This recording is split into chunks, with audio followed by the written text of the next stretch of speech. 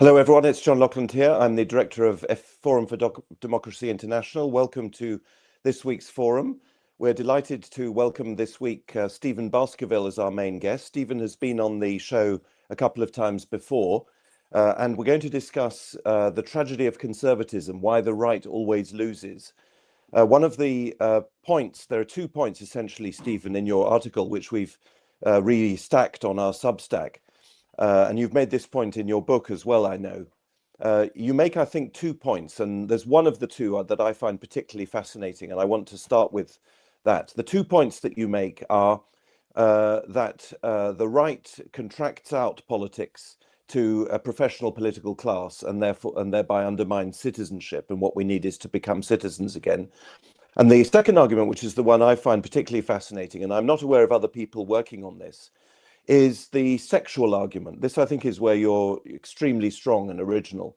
You basically say that politics has become feminized or effeminate, and that applies to men as well as women.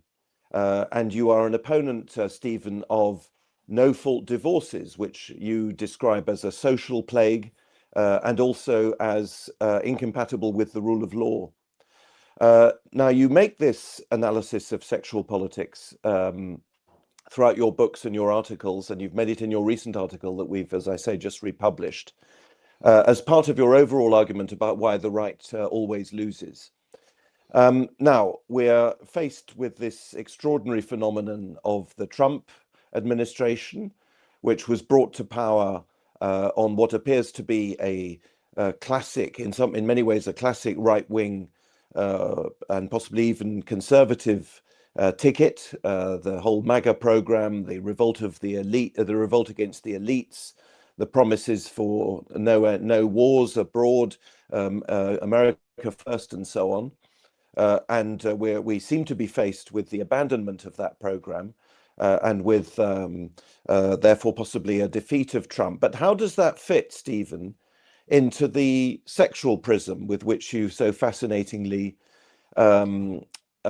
analyze politics? Because surely, if there is one area in which Trump really is different from many other politicians, surely it's on the sexual level.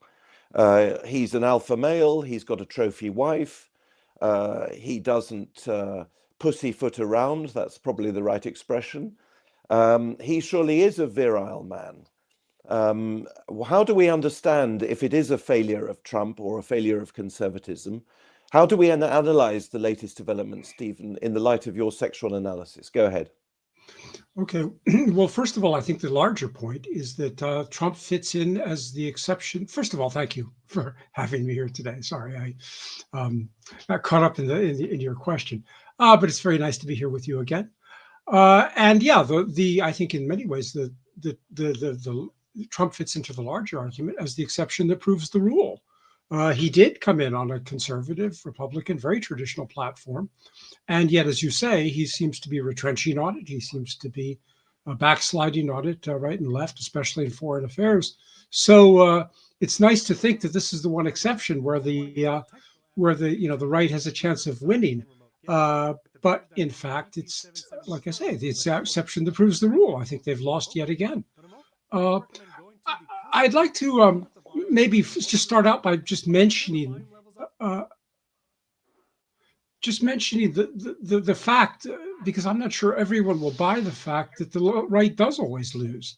So yeah. I start the article by quoting an article, a book edited volume from the Claremont Institute, which basically says that. I mean, they say flat out, ever since the end of the Cold War, at least, the right has no victories at all. It's lost virtually every battle.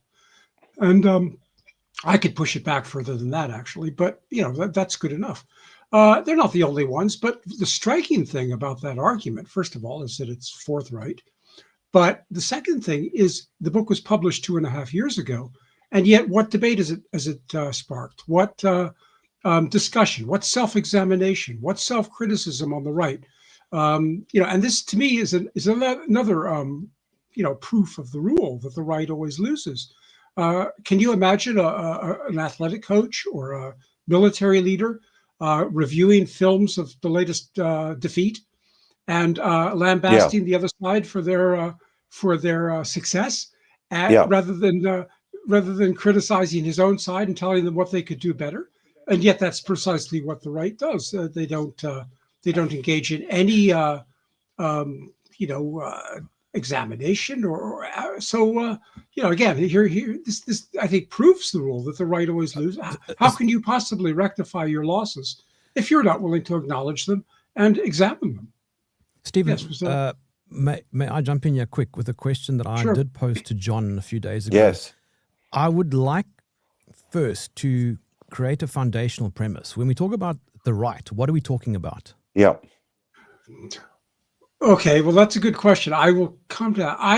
One of the things that I'm arguing very strongly against in this article is a doctrinaire understanding of the right. I don't understand why conservative people feel the need, self-identified conservatives feel the need to constantly examine what is real conservative or true conservatism, or, to me, conservatism is in many ways what existed, the default position that existed throughout society before the left came along, before the left arrived on the scene. I think the left is what needs examining. The net left is what is new in the world. There was not always a left. There was no left in the ancient world.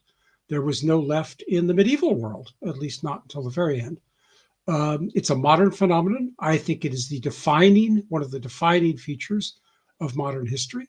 It is ignored as such. There were no radical ideologies before the modern world. There were no revolutions as such. Ideologies in the sense of mass political movements driven by radical ideas. There were no revolutions comparable to the French or Russian or Chinese revolutions. These are new phenomena. So the left is really the innovator always. Yes. And the left itself is a massive innovation. Its very existence is an innovation. And the right has always played catch-up, has always played tag, has always played, I hate to use the word, I don't mean it disparagingly, but I think it's inevitably reactionary. It is inevitably something that will respond to whatever the left is at any given moment. And that's not a bad thing. That's a good thing. I was just going to ask, why is that a good thing if it's reactionary the whole time? Well, I don't mean reactionary in the doctrinaire sense. I just mean in the sense that the right inevitably responds to what the left's recent innovation. And this is my key, by the way, to this. If there's a single answer as to why the left wins and the right loses, the left has this great capacity to reinvent itself. It always reinvents itself. It was in itself an innovation, and it constantly comes up with new grievances, new discontents, new complaints, and the right is caught with their trousers down. There's always again, the left arrived. I believe the left arrived on the scene in the 16th century with radical religious movements. It came out of radical religious movements. At the time, it reinvented itself in new forms. It went from radical religion, radical Protestantism and Puritanism in the English Revolution, to republicanism in the French and Russian and American revolutions, nationalism in the 19th century, socialism later on, then communism, and anarchism came in there somewhere, communism. And in our own time, it has returned to religious radicalism in the form of Islamism. And we are living today with the consequences of that in the Iranian Revolution of 1979. So to answer your question, sorry, it's a long answer to your question, but I think the right is the default position that existed before the left came along with its programmatic, professionalized politics. And I don't think it's a bad thing. I don't think it's a bad thing. It's a good thing. Go on. The reason why I asked that question is because that question was posed to me a few days ago, and I honestly don't know the answer, because they made the comparison between, say, I don't know, Nick Fuentes or Candace Owens versus Ben Shapiro. They're both considered right wing, but very different in a lot of their worldviews. And then you mentioned Islam. There are many Muslims who are very conservative, if that makes sense.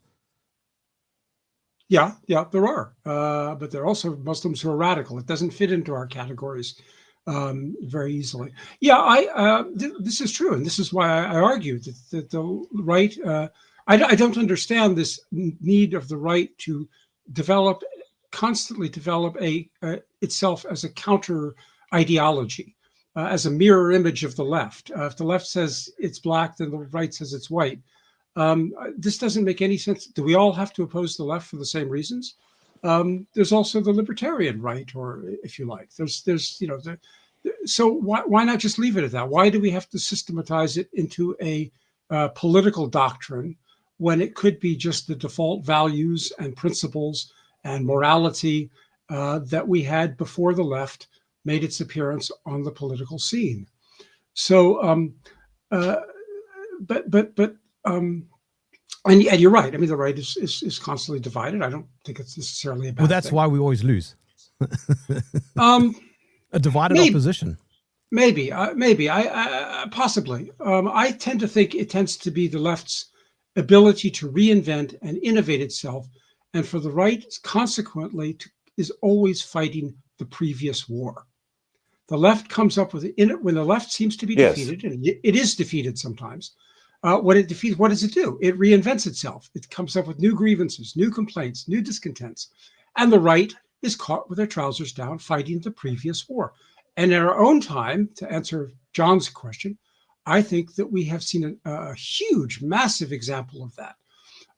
After all, what could be a greater defeat for the left than the end of the Cold War and the demise of the Soviet Union? I mean, that should have paid to the left, 30 years ago, 35 years ago. Marxism was completely discredited as a political ideology. You can't fit the Soviet demise into it. So, in theory, the right should have been crowing about that great victory. But what did they do? And there was Fukuyama, who came up with his silly end of history, and you got people recycling all the old end of ideology stuff from the 1950s. And people said, "Oh, it's the end. It's the end of ideology altogether." No, it wasn't the end of ideology. The demise of Marxism, of doctrinaire Marxism, left a vacuum, and the left reinvented itself and filled the vacuum. They filled the void. And what did they fill it with? Well, the current orthodoxy is they filled it with woke ideology. That's the left. That's leftist jargon. That's how the left defines themselves, the woke ideology. And the right faithfully parrots, takes it at face value, imitates, swallows it hook, line, and sinker, the left's own jargon, and says the enemy is woke ideology. Well, I don't accept that at all. Woke ideology is a whole complicated series of identity politics, but they're not all equally important. You can't say that they're all equally important in the slightest, and I'm prepared to argue that, by the way, one at a time. But by far the most powerful ideology, the biggest idea, the ideological shift in our time that has affected all of us in the lifetimes of anyone now living, is this shift from an ideology whose grievances were based on social and economic discontents, liberalism, socialism, Marxism, to an ideology whose discontents and grievances are sexual. Yeah. And I believe that sexual ideology is the one that is turning the world upside down today. It is the one that is the one that we don't. It is the most difficult one to understand. It is the one we don't understand. It's the one we don't even try to understand. It's the one that affects our lives on the most personal level. It affects our society. It affects our political system. And it's above all, perhaps, it's the one that everyone is afraid to talk about. Nobody wants to discuss. They'll discuss abortion. They'll discuss the lunatic fringe, transgenderism, and that. But they won't discuss the feminists other than abortion. I think that's they're afraid. I think that's a very, very powerful argument, and I'd like you to develop it. But before you do, Stephen, can we just bring the discussion back from the 16th century to 2026? So people might say, as Jerm just indicated, that people like Ben Shapiro or whatever are right wing. Trump is objectively right wing. Benjamin Netanyahu in the terms of Israeli politics is objectively right-wing, as opposed to an earlier form of Israeli politics, which was more socialist and so on. Those people have won power, and we obviously don't know what the outcome of the Iran war will be. I'm not sure I'm entirely with you on the leftist nature of the Iranian regime, but let's leave that one to a side and we maybe come back to that later. But okay, so if tomorrow or next week there's a spectacular failure in the Middle East by America and Israel, then we can say that the right, your thesis will have been proved again, as it may well be. But how do you situate this specific Israeli neoconservative element within your analysis? Yeah, that's a good question. I was hoping you'd save that one till the end, because that's about the hardest question I have to answer. I'm only asking it because it's so topical, because, you know, we flagged up Trump on the thumbnail for this discussion. Trump's trajectory is so exceptional and so historical. The fact that he lost power and then came back, the assassination attempts, the lawfare, the Russiagate, the whole Trump drama is by any objective standards objectionable. And he was brought to power, as we know, against all the odds. And yet this, what I would say from the MAGA point of view, is this extraordinary betrayal seems to be now unfolding. So how do we analyze that within the context of your, as I repeat, fascinating analysis of sexual politics? Yes, well, the easy answer for that is we don't know yet. Yeah. but no, I'm basically offering here an analysis of politics based on ideology. And yes. Ideology is not simple. I do believe that the left innovates all ideology, but the right's response is often the complicated one. The right comes back and its response, as I say, it's often disoriented. It doesn't know how to respond. Its response is a combination of straightforward opposition, misunderstanding, not understanding what the left is doing, and often collaboration. The right comes back and often collaborates with. They adopt their techniques, they adopt their methods, even as they oppose the substance. So a lot of that is the role of ideology is never simple. It's not a matter of just Bolsheviks or Jacobins seizing power and instituting a reign of terror. It's often more complicated than that. So the right, it's a matter of collusion oftentimes between the right and the left. And I think that's a lot of what we're seeing today. I don't think right and left are obsolescent. I don't think they're out of date. I think they still exist. Yes. But they are they collude with one another, and we see this this collusion all around. We see it on the left, especially with the the left have become the militarists, and they've become the capitalists that they used to hate and excoriate and condemn. So the left has and they've become the authoritarians also. I mean, they've abandoned their previous defense of civil liberties. And the right has also, the right is fractured, and the right is also in a state of confusion. So I guess my answer, the best answer I've come up with to that question so far, is that ideology tends to open up. It tends to open up vacuums. It opens up space for other interests to get in, to move in and get involved. And that's a lot of what I see here in foreign policy. Now, my analysis, of course, my context for this is entirely American, because the American tends to set the pace. It creates, others take their cues from the U.S. these days, for better or for worse. I think for worse, but they tend to take their cue from the Americans, and they tend to. So I can't really answer account for the Israeli far right, but I think what's going on here in foreign policy, especially, is that ideology has opened up a vacuum, which other interests have moved in to take control of, for example, our foreign policy. I mean, I would say that neoconservatism, an American globalism, the idea of a world democratic revolution first formulated by George W. Bush and by the neocons who surrounded him. That, to me, is a absolutely emblematic leftist ideology. It's revolutionary, it's universalist, it's progressive, it ticks all the boxes for left-wing ideology. MAGA, by contrast, America first, patriotism, look after your own people, that to me is a emblematic particularist and therefore right-wing ideology. And yet we have seen the former completely engulf the latter in America right now. No, I think that's right. Some of course call it neo-Trotskyism or the neocon ideology, which I think makes perfect sense. I think it is a kind of neo-Trotsky exporting the revolution. I think there's a lot in that. Yes, I also think, if I might just briefly just throw this out for people to think about. I also think that, I said earlier on that leftist ideology, left-wing politics began in England in the 16th century. Yes. Which I know a lot of English conservatives are not going to be comfortable with.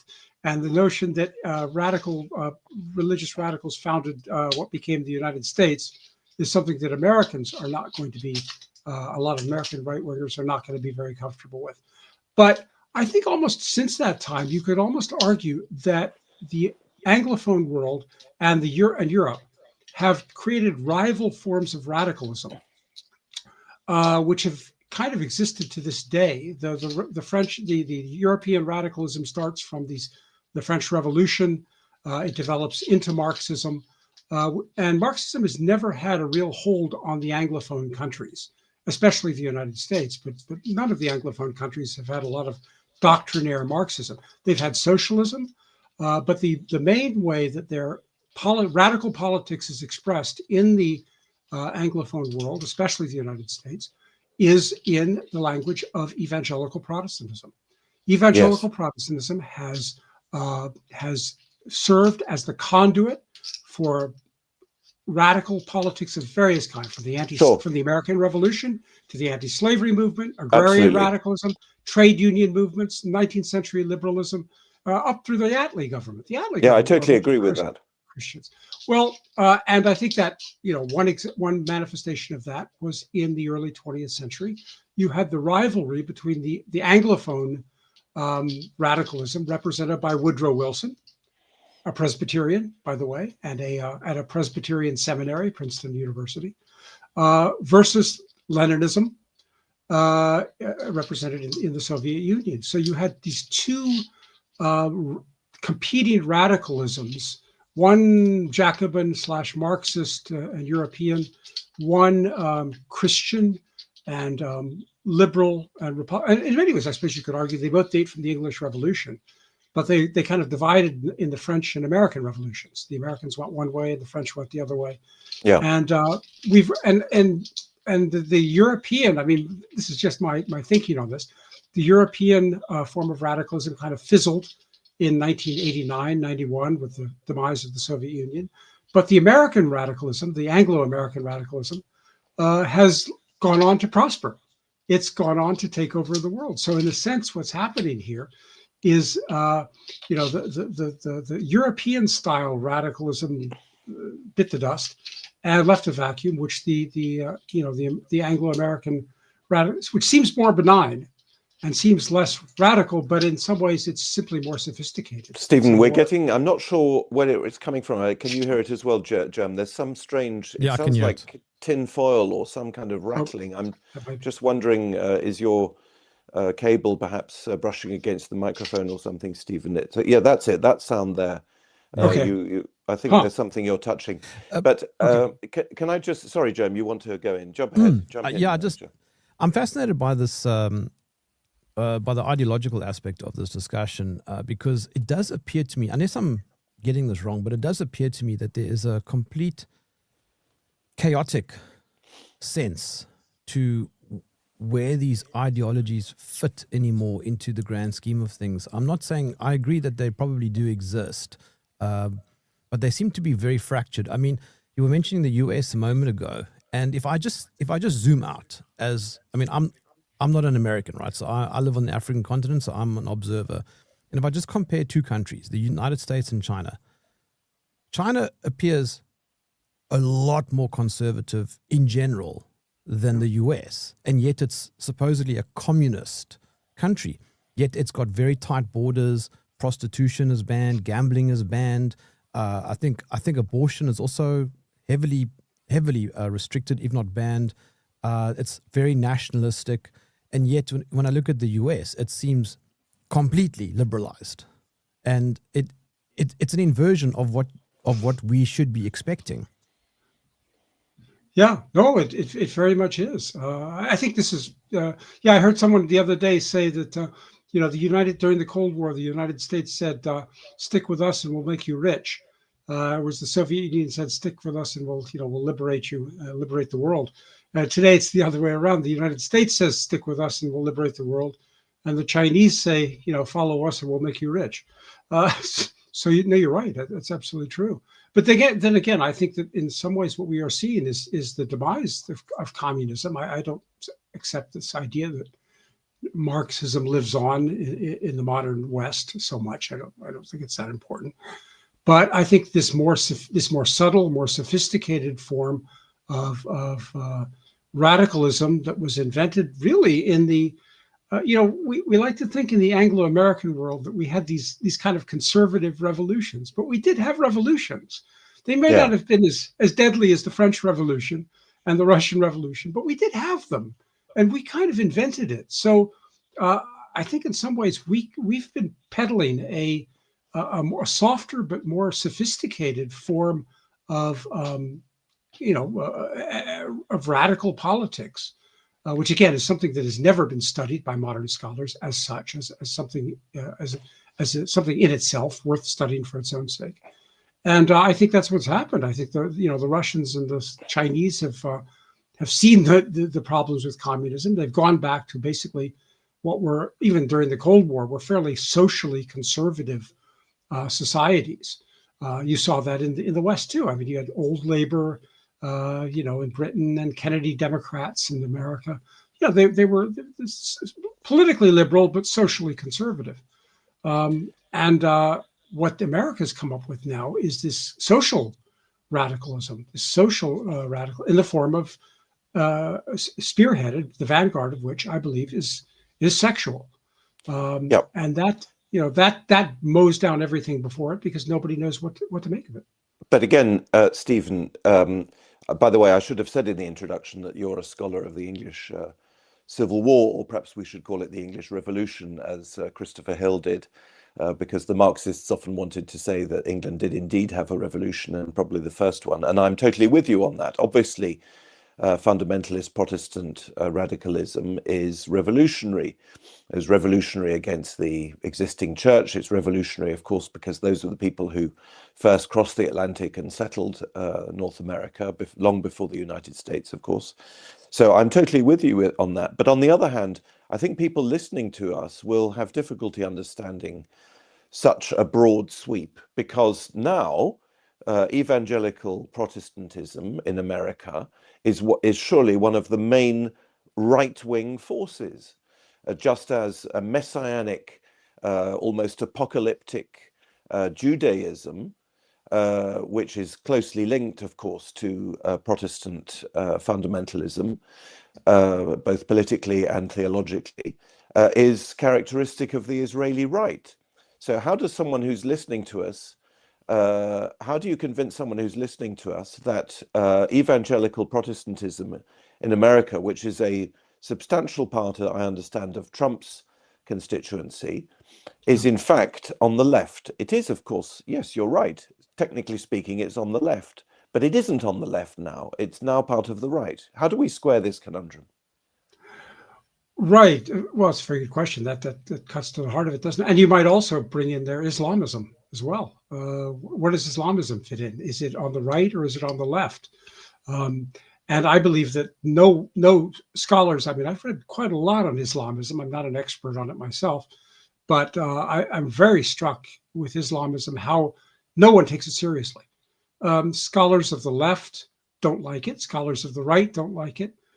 Just like the same attitude they have toward Puritanism in our own history. They don't understand or like religious radicalism. The left doesn't like it because it's religious. The right doesn't like it because it's radical. So I don't know. I'm not wedded to the terms radical or left and right, but I think these things have their origins in, if not their continued existence, they have their origins in political radicalism. They overturned the existing order. That's what Protestantism was. Sure. In the West. It's what Islamism is in the Middle East today. The Iranian Revolution is the only manifestation of Islamism that compares, and it does compare, strikingly compares, with the so-called classic revolutions of the Western world, of England, France, Russia.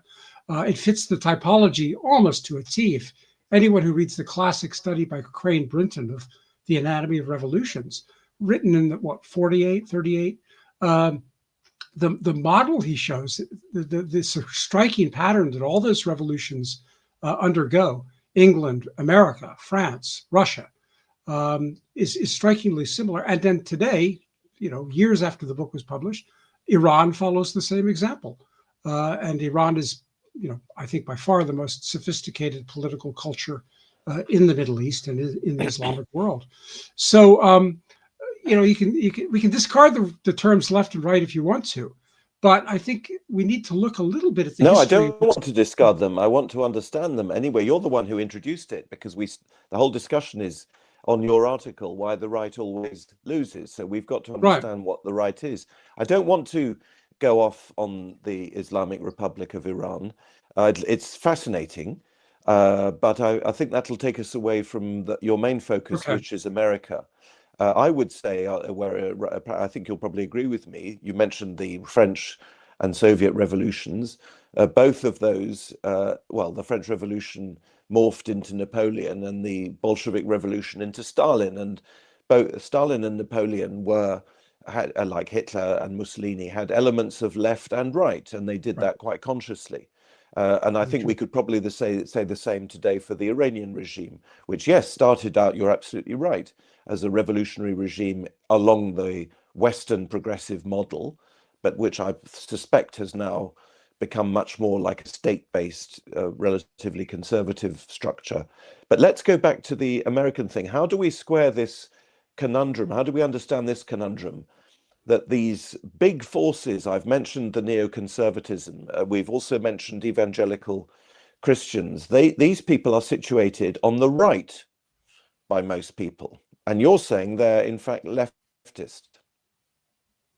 Right. Well, I that's the best answer I could get, is that they very much are in their origins. I'm less familiar with Israeli radical religion, but I think if you look at the Anglo-American and the Islamist, they had their origins in this, and like you say, these movements do settle in. If they're successful, they have the responsibilities of governing. They do deliberately adopt, as Napoleon and Stalin did, and in Iran, the values of their opponents, to preempt the turf, to cut the ground up from under the opposition. So that's the best answer I can come up with. I might point out, though, to go back to your first question at the beginning, which I feel I've neglected a bit, that a similar pattern seems to be going on with the radical feminist movement today, and the radical sexual movements. Like the class. Now they have not, so far as I know, fought instigated a classic violent revolution.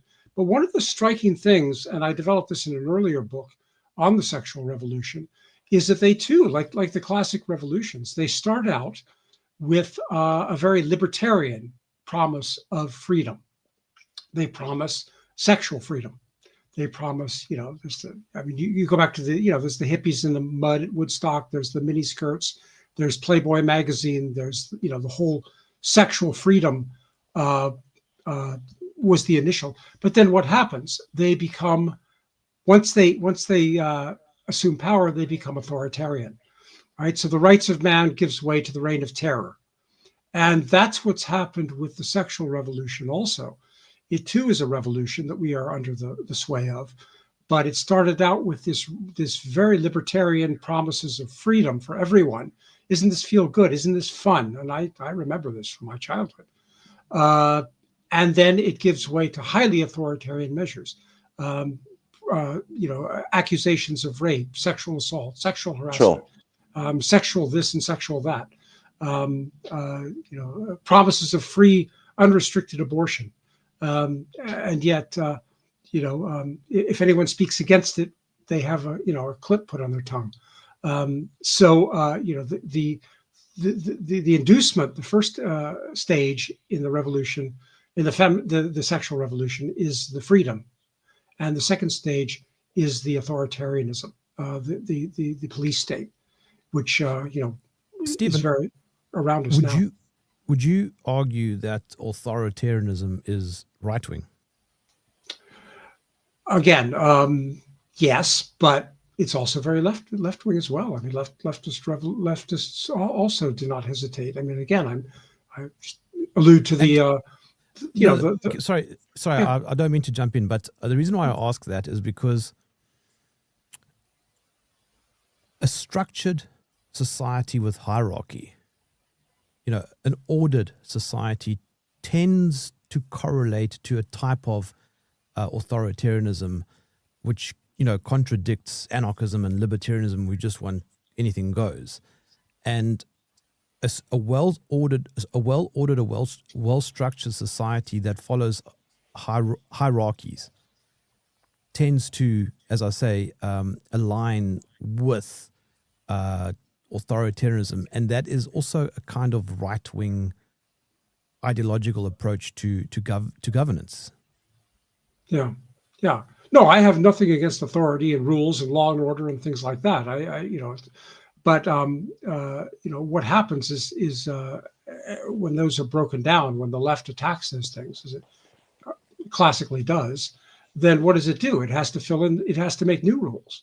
It breaks down the old rules. It discards the old rules, and the result is chaos. I mean, the new rules have to be so. What the feminists do, they and the sexual radicals, they abolish Christian traditional morality, sexual morality. But what do they replace it with? They replace it with a new form of authoritarian quasi-morality enforced not by the churches or the family or the community or moral pressure, but enforced by the state, by the courts and the prisons. Yes, it is authoritarian.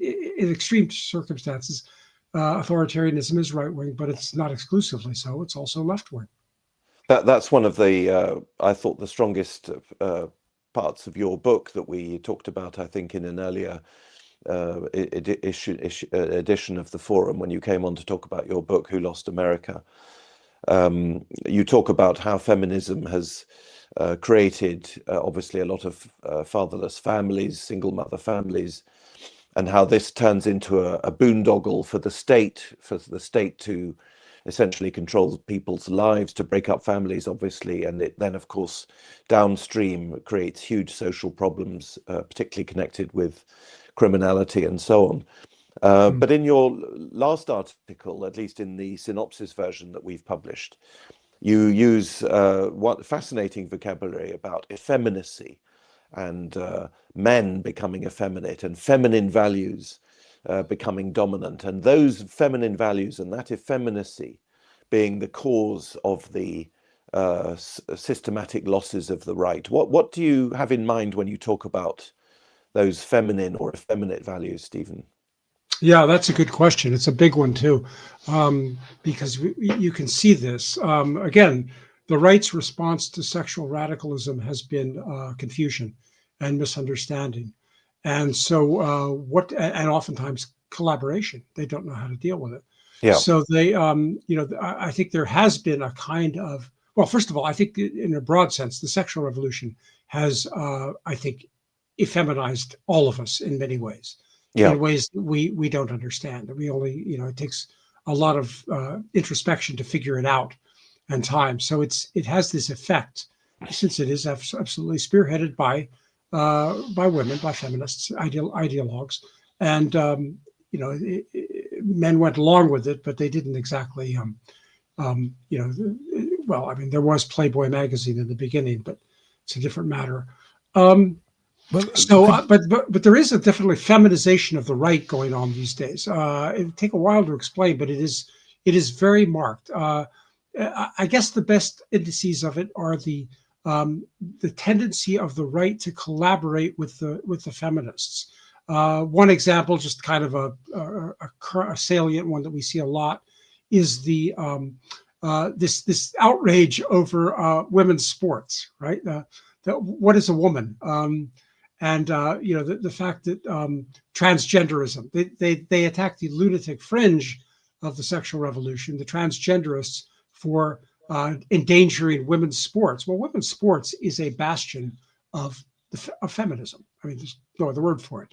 And women's sport is based on the same premise that transgenderism is based on. That is to say that sex differences are really gender differences, and they're fluid and socially constructed, and they're artificial, and we can do away with them. So, feminists started this kind of thing, this line of thinking, and the transgenderists took it to its logical, kind of absurd conclusion.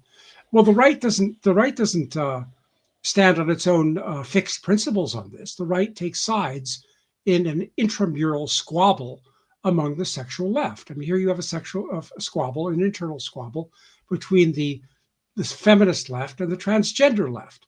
And what is the right's position on this? That the whole thing, a plague on both your houses? This is the kind of trouble we were asking for when we entered this sexual revolution in the first place. No, that's not what the right says. The right takes sides. They take sides, and they find feminists and they wheel them on stage like Naomi Wolf or Phyllis Chesler. And they don't fight their own battles. They don't express their own fixed principles. They don't stand up for their own ideas. They hide behind the women. Excuse me. Actually, can I maybe throw a spanner in the works? Because you say feminists or feminism, and you mentioned Playboy. Can it not be argued that was all actually uncomfortably the creation of men? Because women don't have the capacity to revolt. Women can't create revolutions. They don't have the power. The power differential between men and women is too great. So I mean, no woman group has ever created a revolution. Only men. And I wonder if men have feminized themselves. To some extent, yes. This is a simple answer. But before I answer that question, I might just point out, though, about your point about whether women can perpetrate revolutions. I might point out that the feminists have existed in all the great modern revolutions in the margins. They were always in the margins. Yes. They were eclipsed. There was, what's her name? The one who was in charge of social policy, who abolished basically effectively marriage. And Lenin put a stop to it, and Stalin later finished the work because it was causing chaos. Alexander Kollontai. And of course, you go back to the French Revolution, and there was Wollstonecraft. So, the feminists have been there in the margins for 2 centuries now. But it's only in the post-war period that they've broken free from the margins, and they're enjoying, I think, their own day in the sun. Now, whether you call that a revolution comparable to the violent revolutions that men perpetrate is another matter, but they certainly have a big role. And by the way, women had a very large role in the very central role in the Iranian Revolution of 1979. Just throwing that out. Your question about Playboy, that's an interesting question. Men certainly went along with it. I think they were foolish to do so. They took the bait of sexual freedom early on, and they went. My generation and older, didn't understand what was going on. They didn't see it coming, and so they enjoyed the sexual freedom. I might just point out that Hugh Hefner, the founder of Playboy magazine, initially saw the feminists as allies. they were together. They both were advocating sexual freedom. They were both, pushing miniskirts. Sexual freedom was a positive good in itself. And then later, when the feminists turned against him and called him an oppressor of women, in other words, when their authoritarian side started coming out, he was completely perplexed. He was blindsided. He was nonplussed. He had no understanding of where he thought they were allies. He thought they were friends. They were all on the same team, and yet the feminists turned against him. So you're right. Men were suckers in some ways early on and all through the sexual revolution. They still are today, to some extent, pushing the hedonism and the pickup artists and all of that, the Andrew Tate side of things.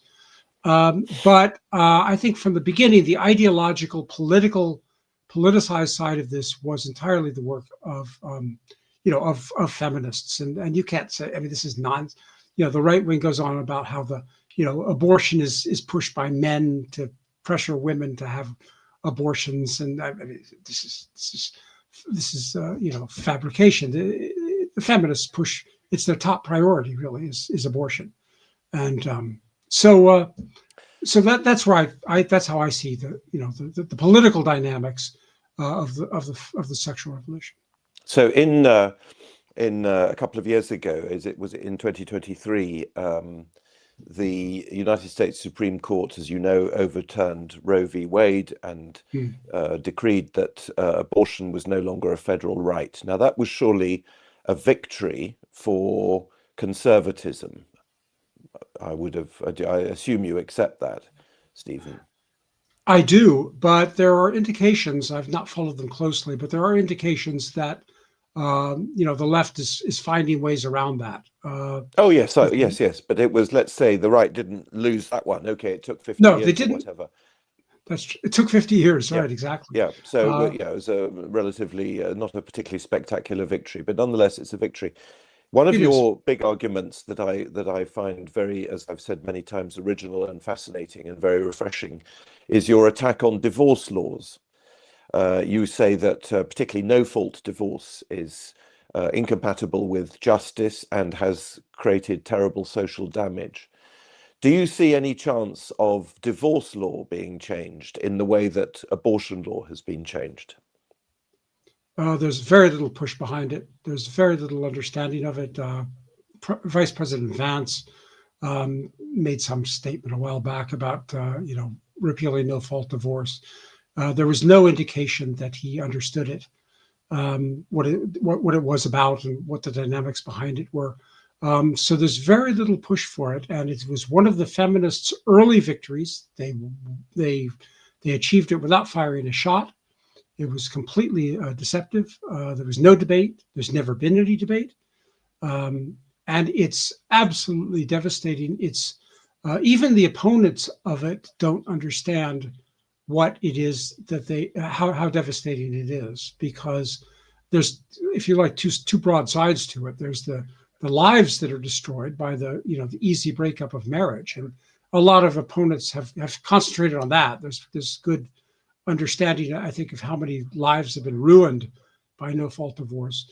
What has not been at all appreciated is the devastation it has caused to the judiciary, judicial integrity.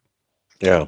The very concept of no-fault justice is a contradiction in terms. Yeah. There's no such thing. It is an invitation to systematic injustice.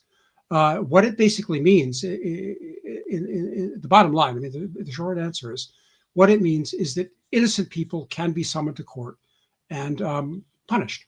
It authorizes the courts to punish innocent people. They might not call it punishments, but it authorizes courts to summon the innocent citizens,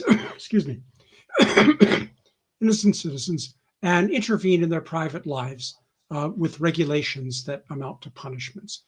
And I think this has gone a long way toward debasing the judiciary generally, especially in the English-speaking world. I think when you look at things like the lawfare operations that we've seen in the last few years against not only public figures like Trump, but private citizens like the January 6th defendants, I think a lot of this is traceable back to the introduction of no-fault justice and the chicanery that this has authorized, which cannot be quarantined. I mean, You look at virtually every article of the American Constitution and Bill of Rights, plus many principles of the English common law, are violated routinely in these courts, and they are. And you can't quarantine injustice. You can't separate it and say these things will spread to the rest of the judiciary, and they will compromise it. And I think that's what they've done. And you yourself have done some excellent work on the corruption of the judiciary internationally. That's another source of judicial corruption, because public figures, government officials can get away with things internationally that they can't get away with domestically. Domestically, there's always constituents that object. Internationally, there's fewer constituents to raise a ruckus at injustices. So those are actually, I see, as two ways that the judiciary has been systematically corrupted. One is by importing international standards on, like your book on political trials, and the second way is from the bottom up through the radical, the so-called. Well, it's all been a matter of making the judicial system more humane, isn't it? It's supposed to be. It started with juvenile courts, which were supposed to be more humane for juvenile offenders, and then juvenile courts became family courts, and the feminists took control of those, and they claimed they needed family courts for the protection and justice for women against all these abusive men. And so this is another. So the judiciary has had it from both sides, internationally and from the grassroots up. It has been systematically debased by various forms of, again, I would argue, radicalism. This collection of this increasing tendency to create specialty courts all over. In your book, John, you quote A.V. Dicey, the great English jurist, who says that the rule of law can only be secure in the ordinary courts of the land. And but why we create family courts, juvenile courts. Now the feminists want to create domestic violence courts. You can imagine what kind of justice those will achieve. Rape courts, I'm sure, will come next. That's where it happens. So the judiciary, I think, has a lot of to answer for in all of this. Absolutely. Well, Stephen, it's been, as ever, fascinating listening to you, and I encourage our viewers to visit our new Substack, which is now up and running, where your own article has been, I believe the word is restacked, is it? Anyway, we've posted it on our own website, and obviously people can go to your Substack and read it there. And your article, The Tragedy of Conservatism, am I quoting it right, the title? Why the right always loses. So Stephen Baskerville, thank you very much indeed for joining us, and we hope to have you back on the forum again soon. Thanks everyone for watching. My pleasure. Goodbye.